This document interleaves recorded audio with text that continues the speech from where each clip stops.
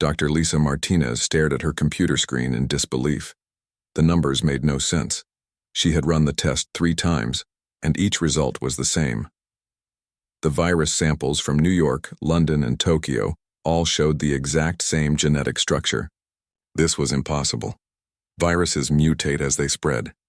They change from city to city, from person to person. But this one stayed exactly the same. She pushed her glasses up her nose and leaned closer to the screen.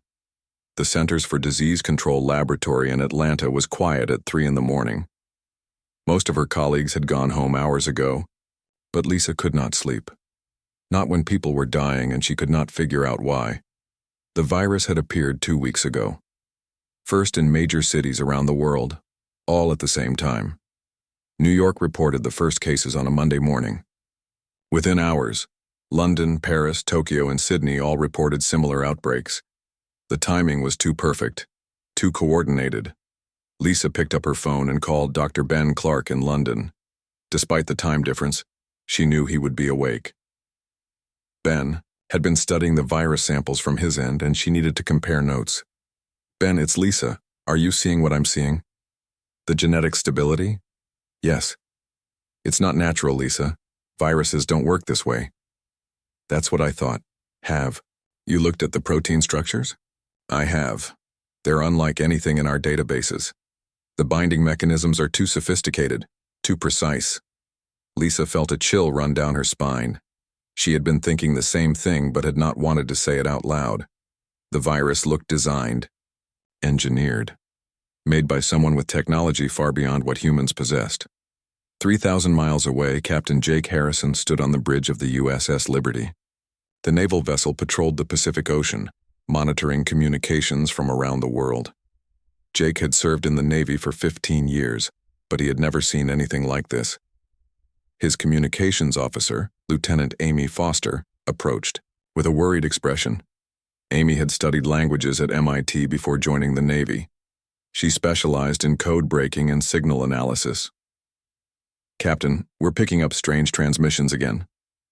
Same as yesterday? Similar but different.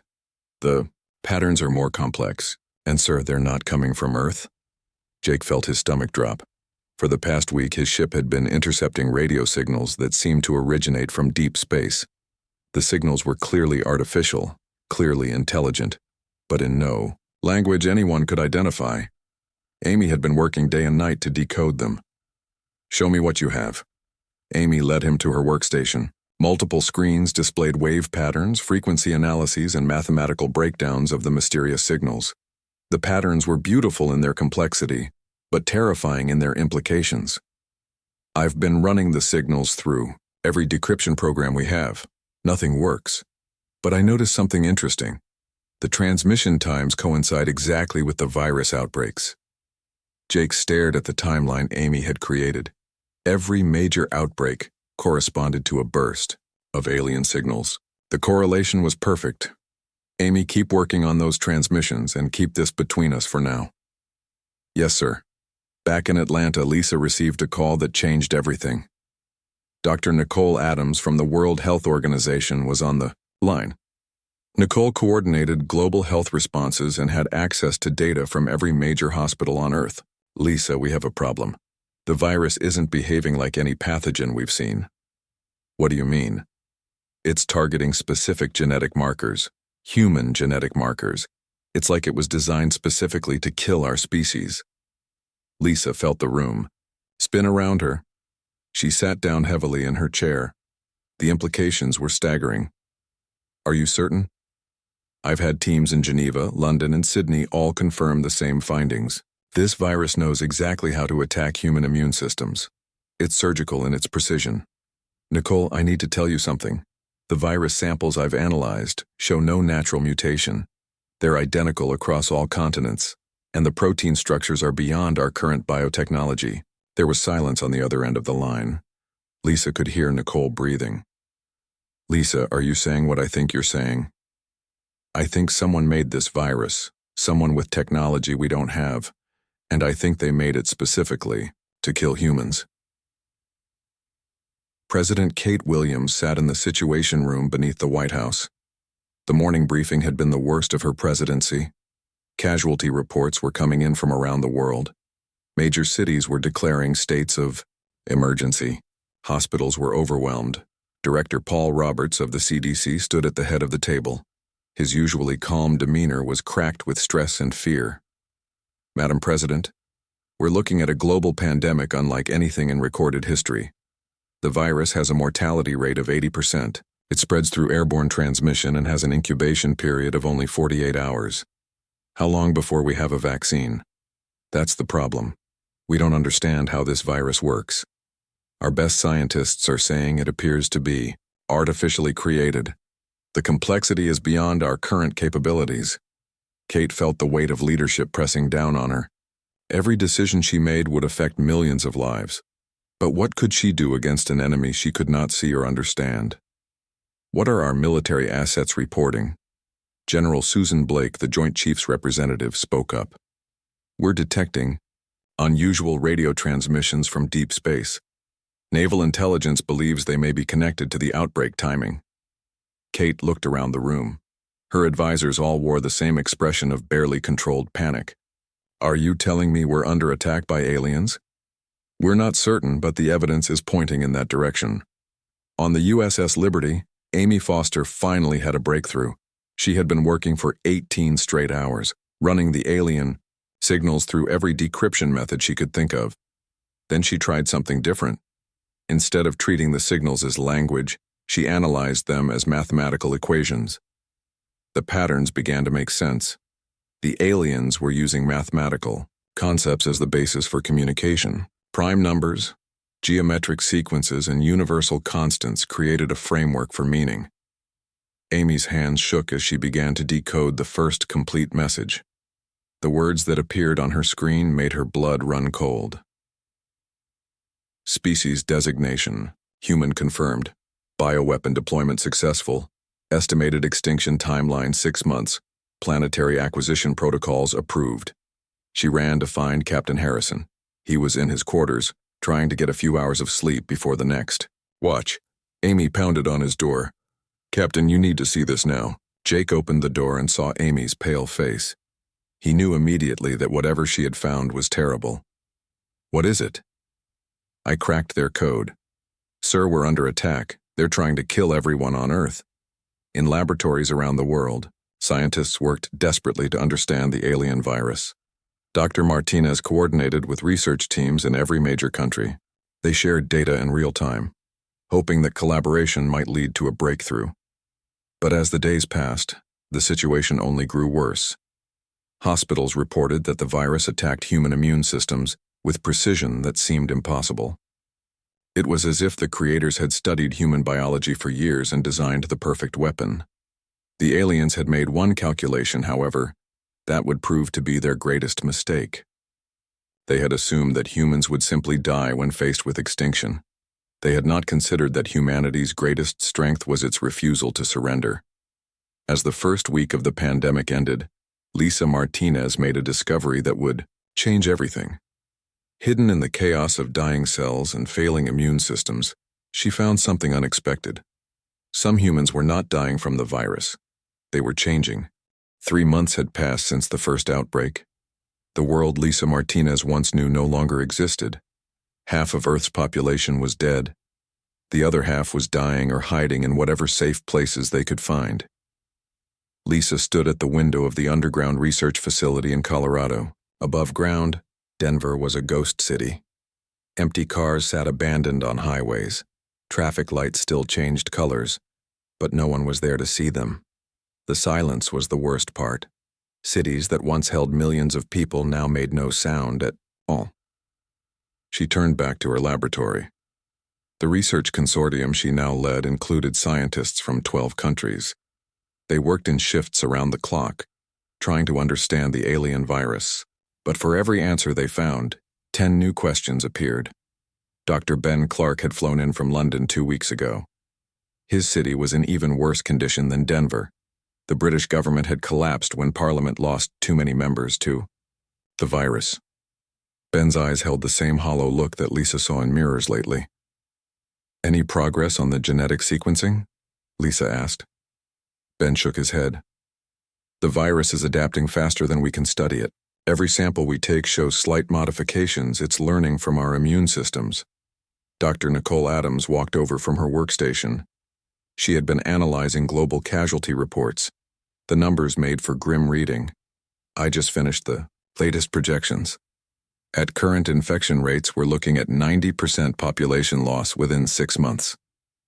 Lisa felt her knees go weak. She sat down hard in her chair. 90% meant that out of 8 billion people, only 800 million would survive, if they were lucky. What about the immune response research? That's where things get interesting, Nicole said. We're seeing some unusual patterns in certain survivors. Their blood work shows modifications that shouldn't be possible. Lisa leaned forward. This was the first potentially good news she had heard in weeks. What kind of modifications? Enhanced white blood cell production, improved healing rates, and something else. Their immune systems seemed to be rewriting their own genetic code. Lieutenant Colonel Susan Blake checked her ammunition count for the 3rd time that morning. Her unit was one of the last functioning military groups in the western United States. They protected research facilities and coordinated supply runs between survivor communities. The job had changed completely from what she trained for. Instead of fighting enemy soldiers, she fought desperate people looking for food and medicine. Instead of defending territory, she defended the last hope for human survival. Her radio crackled to life. Sergeant Alex Parker was reporting in from a patrol around the facility perimeter. Colonel, we've got movement from the east. Looks like a group of maybe 30 people. They're armed. Susan grabbed her binoculars and headed for the roof. Through the lenses, she could see a ragged group of survivors approaching the facility. They carried weapons but moved slowly. Many appeared sick. Parker, are they showing signs of infection? Hard to tell from this distance, but they don't look like raiders, more like refugees. Susan made a quick decision. They could not turn away people who might be immune or carrying important information. But they also could not risk contaminating the research facility. Set up a quarantine checkpoint at the outer fence. Medical screening for everyone. Full protective gear for our people. Copy that. Susan watched as her soldiers prepared to process another group of desperate survivors. This scene played out every few days. Most of the people they encountered were infected and had to be turned away. The lucky ones died quickly. The unlucky ones wandered for weeks before the virus finally killed them. President Kate Williams had moved her government to a secure facility beneath Cheyenne Mountain. The White House was no longer safe. Washington, D.C. was mostly empty except for military patrols and cleanup crews.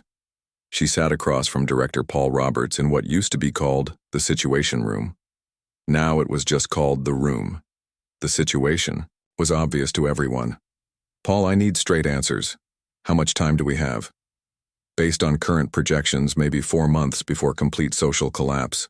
We're already seeing it in most major cities. No power, no water, no food distribution. The military is stretched beyond breaking point.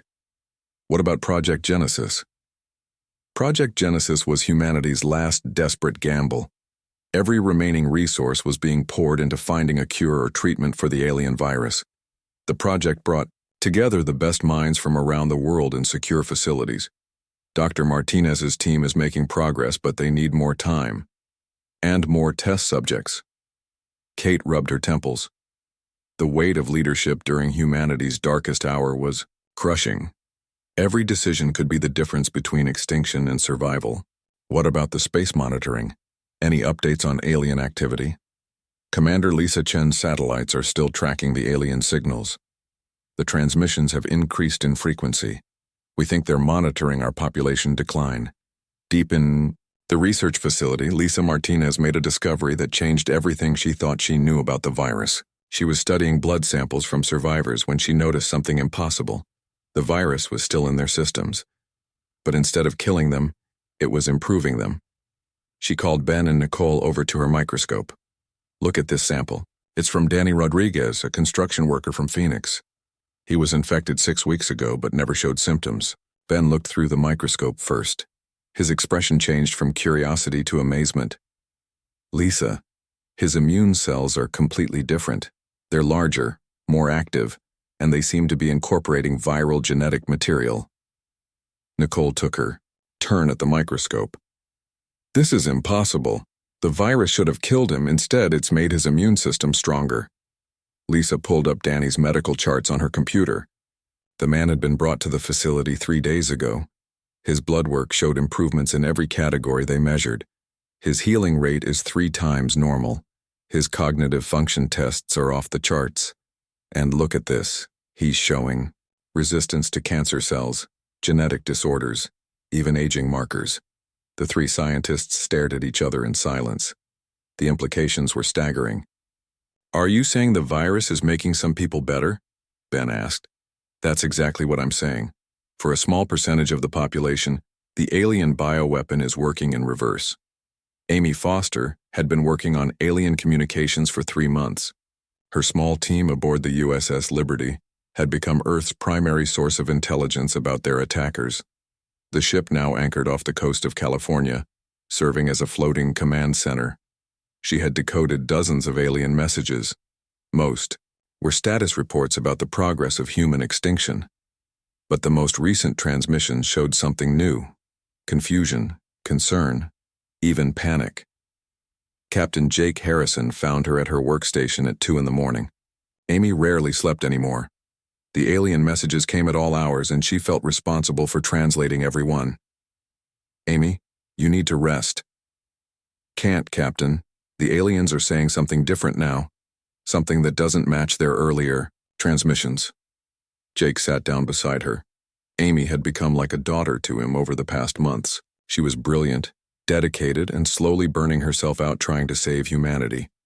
What are they saying? They're confused about human population numbers. Their projections said we should be 90% extinct by now. But we're not. Some regions are actually showing population growth.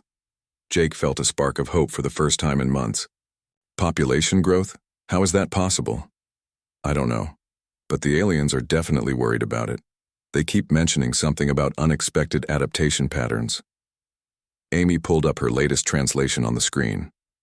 The message was longer and more complex than previous communications. Species designated human showing anomalous resistance patterns. Bioweapon effectiveness declining in 17% of population. Requesting guidance on escalation protocols. Jake read the message twice. If the aliens were asking for guidance, it meant their original plan was not working. Amy, this is huge. If 17% of humans are showing resistance, that could be over 1 billion people. That's what I calculated too. But Captain, there's something else. The aliens are discussing direct military intervention. They're considering abandoning the bioweapon approach. Back in the research facility, Lisa Martinez was coordinating with survivor communities around the world. The reports coming in painted a picture that no one had expected. In certain regions, not only were people surviving the virus, they were thriving. A community in rural Montana reported that their immune survivors could work longer hours without fatigue. A group in Australia said their survivors were solving complex problems faster than ever before. Most remarkably, a settlement in northern Canada reported that their survivors could somehow help sick people recover faster. Lisa compiled all the data into a comprehensive report. The pattern was clear. The alien virus had triggered an evolutionary leap in human immune systems. Instead of destroying humanity, it was creating something new, something better. She looked around the laboratory at her exhausted colleagues. For 3 months, they had worked to save humanity from extinction. Now they were discovering that humanity was saving itself. The question was whether this transformation would happen fast enough to matter. Outside, the sun was setting over the EMP. Dr. Lisa Martinez could not believe what she was seeing. Danny Rodriguez sat across from her in the medical examination room, looking healthier than any human she had ever encountered. 6 months ago, he was a regular construction worker from Phoenix.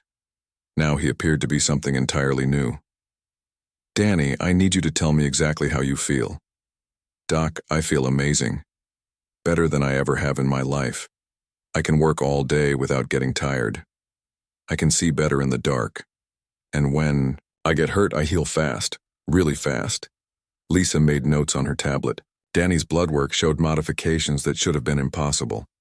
His immune system had not just fought off the alien virus. It had absorbed the virus and turned it into something beneficial. Show me your hand again. Danny held up his left hand. 3 days ago, he had accidentally cut himself with a sharp piece of metal. The wound had been deep enough to require stitches. Now there was only a faint line where the cut had been. The bleeding stopped in less than a minute, Danny said. And by the next morning it was already closing up. Dr. Ben Clark walked into the room carrying a thick folder of test results. His expression was a mixture of excitement and disbelief. Lisa, we need to talk. The results from the other survivors are all showing the same patterns. Lisa followed Ben into the adjacent conference room. Spread across the table were medical charts from dozens of enhanced survivors. Each chart told the same. Incredible story. Look at these numbers, Ben said, pointing to a blood analysis. Karen Mitchell, the teacher from Seattle. Her white blood cell count is 3 times normal, but she shows no signs of illness. Her immune system is hyperactive in the best possible way. Lisa studied Karen's charts. The woman had been infected with the alien virus 4 months ago. Instead of dying, she had experienced what could only be described as biological improvement. What about cognitive function? That's the most remarkable part. IQ improvements across the board. Karen scored 180 on her latest test. Before the infection, she scored 125. That's a 55-point increase. Lisa felt her pulse quicken. A 55-point IQ increase was beyond anything medical science considered possible. The alien virus was not just healing people, it was making them smarter. Ben, if these results are accurate, we're looking at the next step in human evolution. That's exactly what I think. The alien bioweapon was supposed to kill us. Instead, it's turning us into something better. Commander Lisa Chen floated in the zero gravity of the space station that now served as Earth's primary orbital monitoring post. The International Space Station had been converted into a communications hub for tracking both alien signals and human survivor communities. Through the observation window, she could see Earth below. The planet looked different now. Fewer city lights at night. Vast areas that had once glowed with human activity were now dark, but in other regions she could see new patterns of light. Smaller communities, but more of them than expected. Her communications officer, Lieutenant Ryan Torres, approached with the latest report. Commander, we're getting some interesting data from the ground stations. What kind of data? Population counts. 6 months ago, we estimated that humanity would be down to 800 million survivors by now. But the actual count is over 2 billion. Lisa turned from the window to face Ryan. 2 billion was far higher than anyone had projected. How is that possible? The enhanced survivors are helping others recover. Communities with immune people are showing much lower death rates. It's like the enhanced humans can boost the immune systems of regular people. Lisa thought about the implications. If enhanced humans could help others survive, then the alien plan had not just failed, it had backfired completely. Ryan, patch me through to Dr. Martinez in Colorado. Minutes later, Lisa was speaking with the lead researcher on the ground. Dr. Martinez, we're seeing population numbers that don't match your projections. Can you explain what's happening? Commander, we've made a breakthrough. The enhanced survivors can share their immunity with others. Not through blood transfusion or medical treatment. They seem to produce modified viral particles that heal rather than harm. Lisa felt her heart racing. This was the best news she had heard since the outbreak began. Are you telling me the enhanced humans are contagious with health? That's exactly what I'm telling you. When enhanced survivors spend time in communities of sick people, the sick people start getting better. The healing spreads from person to person. Amy Foster had been monitoring alien communications from the USS Liberty for 6 months. The messages she intercepted had changed dramatically over the past few weeks. The aliens were no longer confident about their bioweapons' success. Captain Jake Harrison found her in the communications room, surrounded by pages of translated alien messages. Amy, what's the latest from our uninvited guests? Captain, they're panicking. The most recent message talks about immediate intervention protocols. They're discussing sending ships to Earth. Jake sat down beside Amy's workstation. The translated messages covered her desk in neat stacks. Each stack represented a different type of alien communication. What exactly are they saying? Amy picked up the most recent translation. Her hands shook slightly as she read it aloud. Human species adaptation. Rate exceeding all projections. Bioweapon integration resulting in enhanced rather than eliminated population. Immediate military assessment required before species becomes threat to Kethavar dominance. Jake felt cold despite the warm air in the communications room.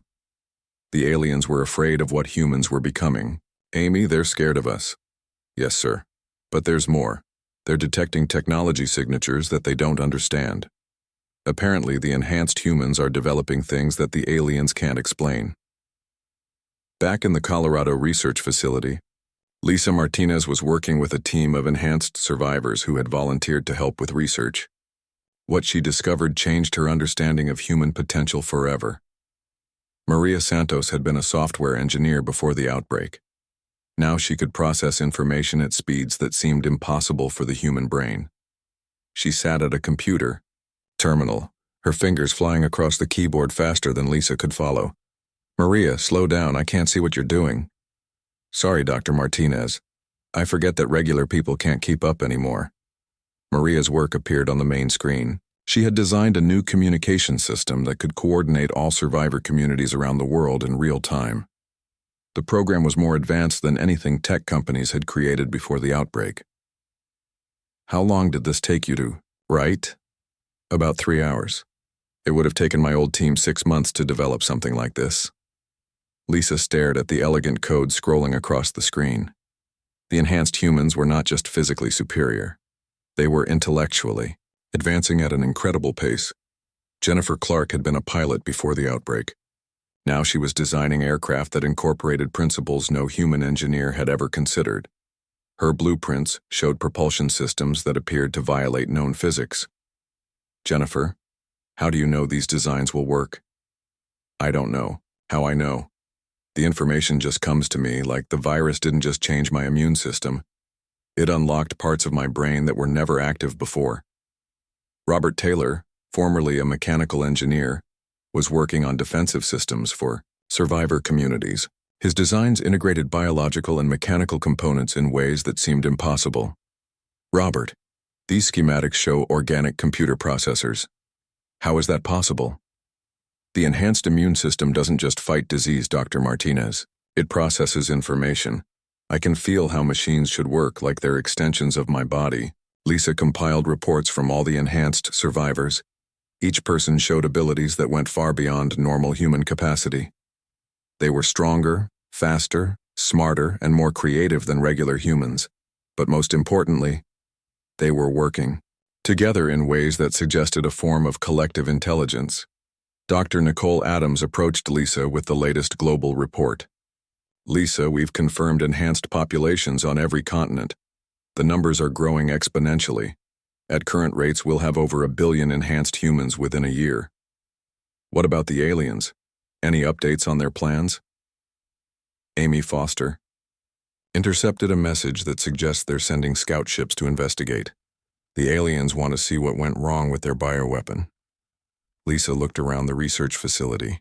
Enhanced humans worked alongside regular people, sharing knowledge and abilities that were transforming human civilization. The alien virus had been designed to end humanity. Instead, it had created something the aliens had never encountered. Species that could turn weapons into tools, death into life, weakness into strength. The aliens had made a fundamental error in their calculations. They had assumed that humans would simply die when faced with extinction. They had not considered that humanity's greatest strength was its ability to adapt and overcome any challenge. Now they were about to discover that their perfect bioweapon had created their worst nightmare. An enhanced human species that was growing, stronger every day. The next phase of the conflict was about to begin, but this time humanity would not be the victim. 6 months after the first outbreak, the world had changed in ways no one could have imagined. Dr. Lisa Martinez stood in what used to be downtown Denver, but the city she saw now was unlike anything from before the virus. Buildings that had been abandoned were now filled with people again. But these were not the same humans who had lived here before.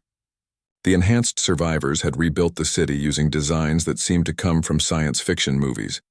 Structures grew from the ground like living things, made from materials that were part metal and part organic tissue. Transportation moved through tubes that carried people at incredible speeds without any visible machinery. Gardens covered every surface, providing food that grew faster and more nutritious than anything farmers had ever produced. Lisa walked through the transformed city with Danny Rodriguez, the construction worker who had been one of her first enhanced subjects. Danny now served as a coordinator for the reconstruction efforts across the western United States. Danny, how did you build all this so quickly? Doc, it's hard to explain. When we work together, it's like we share one big brain. I know what Jennifer is thinking when she designs aircraft. She knows what Robert needs for his defensive systems. We don't have to talk or plan.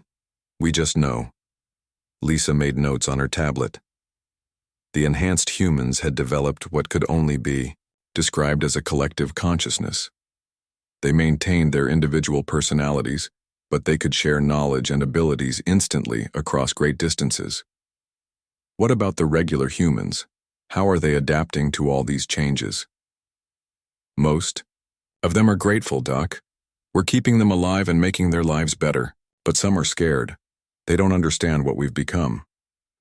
Lisa understood their fear. The enhanced humans were clearly superior in every measurable way.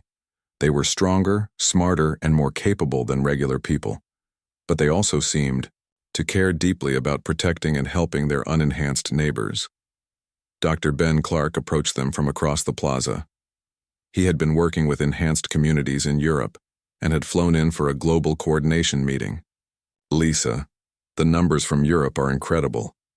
We have over 300 million enhanced humans worldwide now. And the healing effect is spreading faster than ever. What do you mean by healing effect? Enhanced humans can now cure diseases that have nothing to do with the original virus. Cancer, genetic disorders, even aging. People who spend time around enhanced communities are living longer and healthier lives. Lisa felt her pulse quicken. If the enhanced humans could cure aging, they were looking at a fundamental change in what it meant to be human. Ben, are you saying the enhanced people are immortal? Not immortal, but their lifespans appear to be much longer than normal, and they can extend the lives of others just by being near them. President Kate Williams sat in the secure conference room beneath Cheyenne Mountain. The reports coming in from around the world painted a picture that was both hopeful and terrifying. Humanity was surviving, but it was becoming something entirely different in the process. Director Paul Roberts presented the latest global assessment. Madam President, we're looking at the most rapid evolutionary change in recorded history. The enhanced population is approaching 1 billion people. They're rebuilding civilization faster than we thought possible. What about resistance from unenhanced populations? Surprisingly little. The enhanced humans seem to genuinely care about protecting regular people. They're providing food, shelter, and medical care to anyone who needs it. Most people see them as saviors rather than threats. Kate looked at the photographs on the table. Cities around the world were being transformed by enhanced human technology. The new buildings were more beautiful and functional than anything humanity had ever created. What about the aliens? Any updates on their response? General Susan Blake spoke up from across the table. She had been coordinating military responses with enhanced human communities. The enhanced humans are detecting alien scout ships approaching the outer solar system. Apparently, their new abilities include some form of long-range sensing. Kate felt her stomach tighten. The aliens were coming to investigate their failed bioweapon. How long before they arrive? 3 to 4 weeks based on their current speed.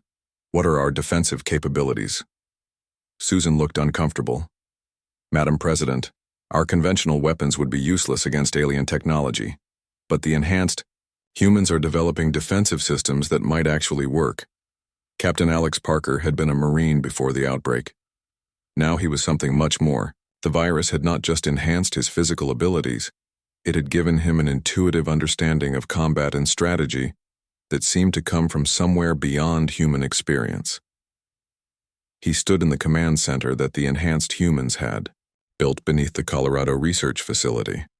The room was filled with displays showing information from around the world, but these displays did not show pictures or text. They showed patterns of energy and information that only enhanced humans could understand. Maria, what are you picking up from the alien ships? Maria Santos worked at a control panel that looked more like a living organism than a machine. Her enhanced abilities allowed her to interface directly with the technology using her thoughts. The scout ships are carrying advanced scanning equipment. They're trying to understand what happened to their bioweapon. But Alex, there's something else. The ships are also carrying communication equipment. I think they want to talk. Alex studied the energy patterns on the main display. His enhanced mind could process information at speeds that would have been impossible for his old brain. Can we communicate with them? Jennifer and Robert have been working on a translation system. They think they can establish contact within a few days. Alex nodded. The enhanced humans had developed the ability to learn and understand new concepts at incredible speeds. If anyone could figure out how to talk to aliens, it would be them. Amy Foster aboard the USS Liberty had been monitoring alien communications for 8 months, but the messages she was intercepting now were completely different from the earlier transmissions. Captain Jake Harrison found her in the communications room, surrounded by equipment that looked nothing like standard Navy gear. The enhanced humans had shared their technology with the military, creating systems that were far more advanced than anything Earth had possessed before the outbreak. Amy, what's the latest from our visitors? Captain, they're confused and scared. The messages I'm intercepting show that they've never encountered anything like what humans have become. Amy showed Jake her latest translations. The alien communications revealed a species that was technologically advanced but biologically static. They had not evolved or changed in thousands of years. They don't understand how we adapted their bioweapon. In their experience, species either die from biological weapons or survive unchanged. They've never seen a species that could absorb a weapon and become stronger. Jake studied the translated messages.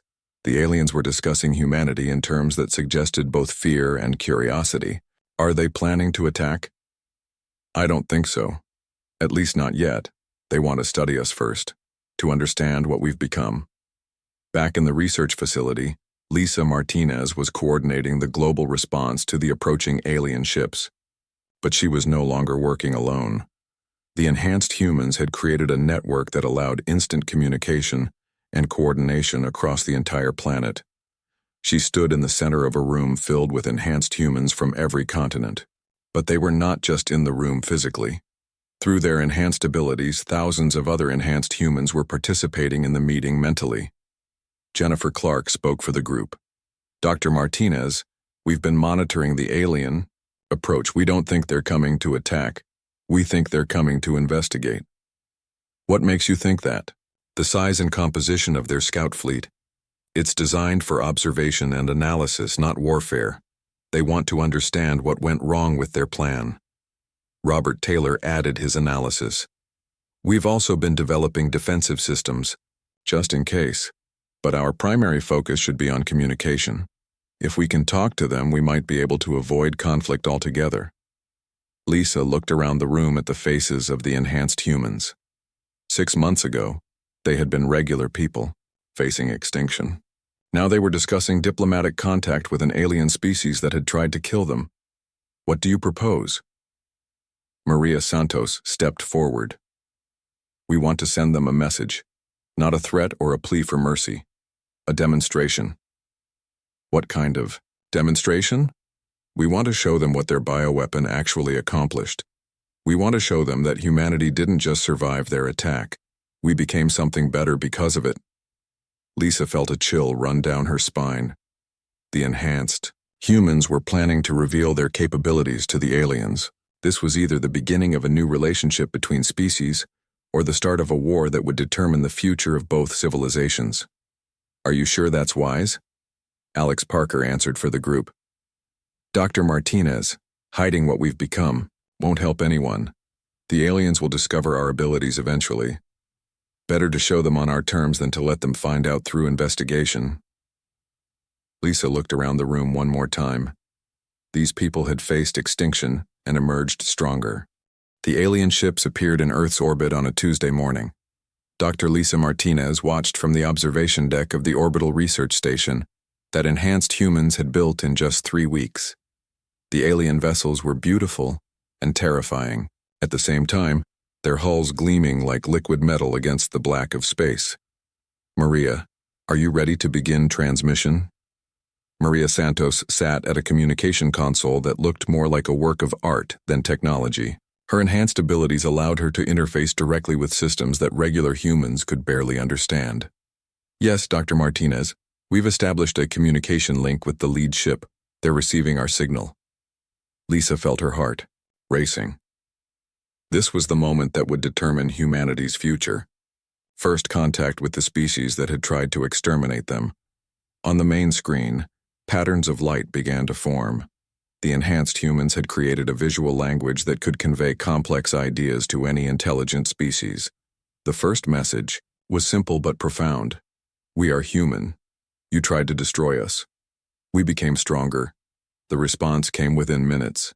The alien patterns were more complex, showing mathematical concepts and biological data. Amy Foster, now enhanced herself, translated the alien message. "They're asking how we survived their bioweapon. They want to know what we've become." Lisa nodded to Maria. "Send them the demonstration package." The demonstration package was something that no other species in the galaxy had ever seen. It was a complete record of human transformation, from the first outbreak to the current moment. It showed how humans had not just survived the alien virus, but had absorbed it and turned it into the foundation for a new kind of evolution. The package included medical data showing enhanced immune systems, recordings of enhanced humans working, together with collective intelligence and examples of the new technology that humanity had developed. Most importantly, it showed how enhanced humans were helping regular people live better, healthier lives. Captain Jake Harrison stood on the bridge of the USS Liberty, now equipped with technology that the enhanced humans had shared with the military.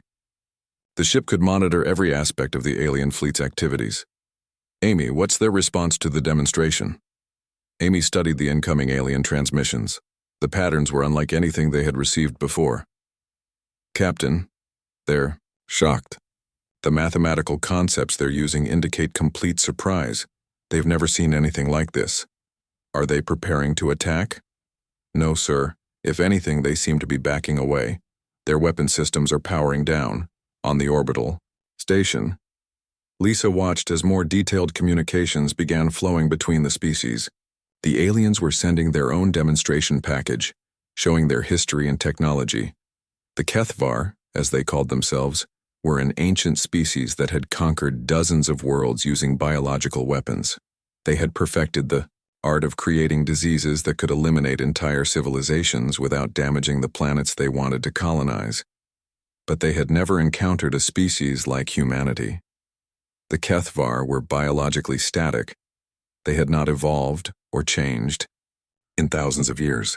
Their technology was advanced, but their bodies and minds remained exactly the same as they had been when they first achieved space travel. Jennifer Clark, working at a nearby console, analyzed the alien technology demonstrations. "Dr. Martinez, their bioweapons are incredibly sophisticated, but they're all designed for species that can't adapt. They've never dealt with a species that could absorb their weapons and become stronger." The next phase of communication revealed something even more remarkable. The enhanced humans began sharing their ability to boost immune systems and cure diseases. They transmitted the biological data that showed how the healing effect worked. The alien response was immediate and dramatic. The Kethvar had diseases of their own, ancient plagues that had followed them across the galaxy, genetic disorders that they had never been able to cure, age-related deterioration that limited their lifespans. Robert Taylor studied the alien medical data. "They're asking if we can help them. Their species has been dealing with biological problems for centuries." Lisa felt a moment of vertigo. The Aliens who had tried to exterminate humanity were now asking for medical assistance. Can we help them? Maria looked up from her console. The enhanced immune system modifications could work on any biological organism. We could potentially cure every disease they've ever encountered. President Kate Williams received the report in the secure facility beneath Cheyenne Mountain. The situation had evolved far beyond anything her advisors had prepared for. Let me understand this correctly. The aliens who tried to kill us are now asking for our help? Director Paul Roberts nodded. The enhanced humans believe they can cure alien diseases using the same principles that allowed them to survive the bioweapon attack. What are the risks? General Susan Blake spoke up. The enhanced humans have run simulations. They believe the risk is minimal. The alien diseases can't affect enhanced human immune systems. Kate thought about the implications. Helping the aliens would demonstrate humanity's new capabilities. It would also show that humans were not interested in revenge, but in building positive relationships. What do the enhanced humans recommend? They want to invite a small alien delegation to Earth to demonstrate the healing abilities in person. The alien delegation consisted of 3 Kethvar representatives who agreed to travel to Earth in a small shuttle. They landed at the enhanced human facility in what used to be Denver, now transformed into a city that looked like it came from a dream.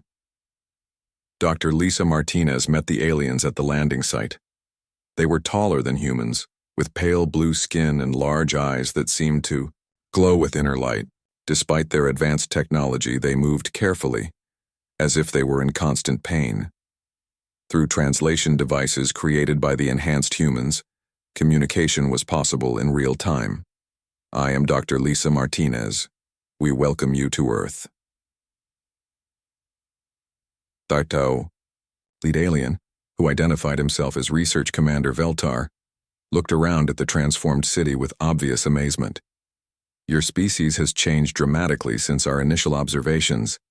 How is this possible? Lisa led the aliens into the medical facility, where enhanced humans waited to demonstrate their abilities. Your bioweapon was designed to kill us. Instead, it gave us the ability to adapt and evolve rapidly. We became something new. Danny Rodriguez, the construction worker who had been one of the first enhanced humans, stepped forward. His presence immediately caused changes in the alien medical monitors they carried. Commander Veltar, you carry several genetic disorders that cause you pain. Would you like us to help? The alien looked skeptical. You would help us after we tried to destroy your species. Maria Santos answered for the group. We learned something important from your attack. Turning enemies into allies is more powerful than destroying them. Over the next several hours, the enhanced humans demonstrated their healing abilities on the alien delegation. Ancient diseases that had plagued the Kethvar for centuries were cured within minutes. Genetic disorders were corrected. Age-related damage was reversed. Commander Veltar experienced freedom from pain for the first time in decades. The other aliens underwent similar transformations. This is impossible, Veltar said. Our medical technology is thousands of years, advanced beyond what you possessed before our attack. How can you do things we cannot? Alex Parker explained the concept that the aliens found hardest to understand. You see biology as something to control or destroy. We learned to see it as something to work with and improve. Your virus taught us that adaptation is more powerful than resistance. The aliens transmitted their experiences back to their fleet. The response was immediate. More ships began arriving in Earth's orbit, not as invaders, but as patients seeking medical help. Dr. Ben Clark coordinated the expanding medical program. Enhanced humans worked with aliens to cure diseases that had affected multiple species across the galaxy. Earth became known as a place of healing, rather than conquest. Lisa, we're receiving requests for medical assistance from 12 different alien species. Word is spreading across the galaxy about what we can do. Lisa looked out at the orbital construction projects where humans and aliens worked together to build medical stations. The enhanced humans were sharing their knowledge freely, creating a network of healing that stretched across known space. The irony was not lost on anyone. The Kethvar had tried to erase humanity with a virus. Instead, They had created a species that could cure the diseases of an entire galaxy. Amy Foster, now serving as Earth's primary xenolinguist, had translated communications from dozens of alien species. All carried the same message. They wanted to learn from humanity's approach to biological adaptation. Captain Harrison, we're becoming the medical center of the galaxy. Species that have been enemies for centuries are working together here because we can cure their diseases. Jake looked out at Earth's orbit, now filled with ships from across the galaxy. Amy, what started as an attempt to destroy us has turned into the foundation for galactic peace. Years later, Dr. Lisa Martinez stood in the same laboratory where she had first analyzed the alien virus. The room had been preserved as a monument to humanity's transformation. Visitors from across the galaxy came to see where the great change had begun.